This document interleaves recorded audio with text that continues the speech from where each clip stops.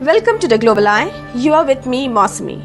When Donald Trump brings the heat, the world usually folds. Europe adjusts, Canada softens, Mexico negotiates. But this time, something unexpected happened. Just days ago, President Donald Trump, with the classic overconfidence of a man who tweets before thinking, loudly declared that India might stop buying oil from Russia.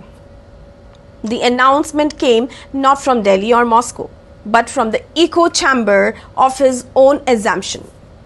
Once again, his tongue ran faster than reality, and once again, the facts proved him wrong. President Trump's comments weren't just premature. They were a textbook example of Washington's old habit. What is that? Speak first, check facts later. He counted on India perhaps to toe the line, but nothing could move Prime Minister Modi. He did not actually react, but waited for the right time to respond without noise. India did not even bother with a polite diplomatic frown. Instead, India calmly reaffirmed its commitment to strategic autonomy and energy security. The message was subtle but seismic. It says, we will buy oil from where it suits our national interest, not from where it suits your ego. India did not yield, and Prime Minister Modi, he did not even twitch. President Donald Trump sent another classic warning shot, this time at India. Stop buying cheap oil from Russia or else. But what was India's reply? There was no panic. No U-turn, no bending of the knee, just a quiet, confident message. And that is, India's strategic interest come first. In other words, thanks, but we will pass. Now let's know the oil standstill that's driving Trump crazy.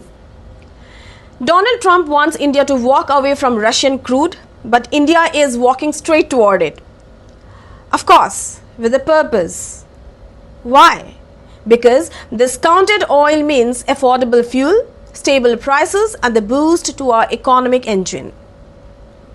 That's not just economics, that's smart statecraft.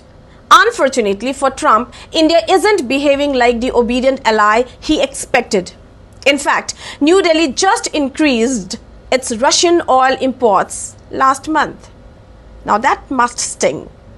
The Modi doctrine is pragmatic, proud, and unmoved. This isn't about choosing sides. It's about choosing self-respect.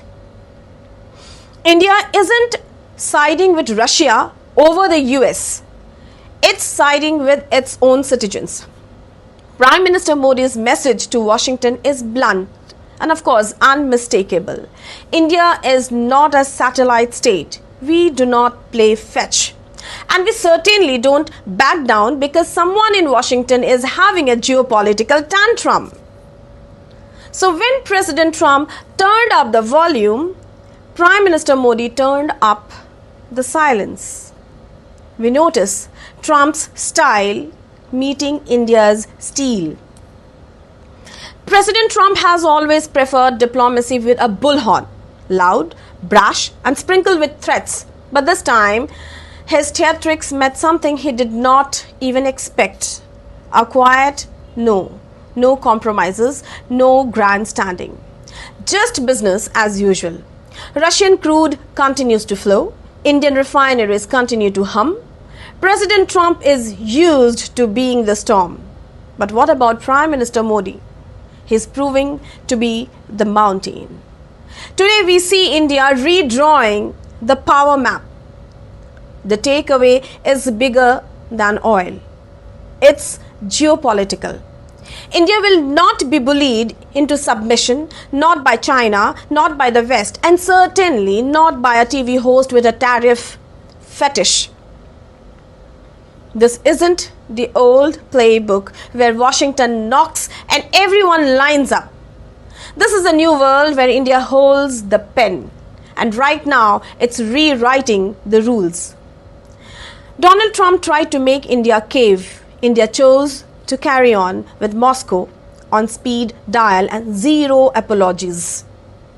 The trade showdown has just begun. And the spoiler alert? Prime Minister Modi is not folding. America is not calling the shots. And Donald Trump, well, he may need more than threats this time, maybe a discount on reality checks. That's all for now. Keep watching The Global Eye for more updates and insights.